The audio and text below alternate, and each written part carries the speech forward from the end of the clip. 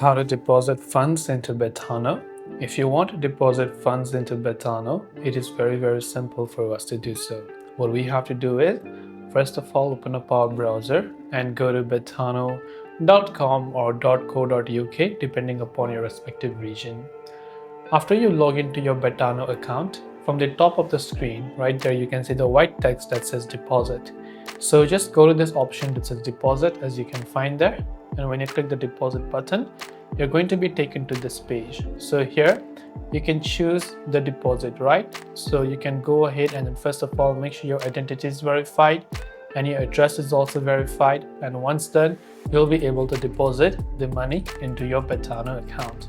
So I hope the video helped you out, and if you have any questions, feel free to leave them down in the comment section below.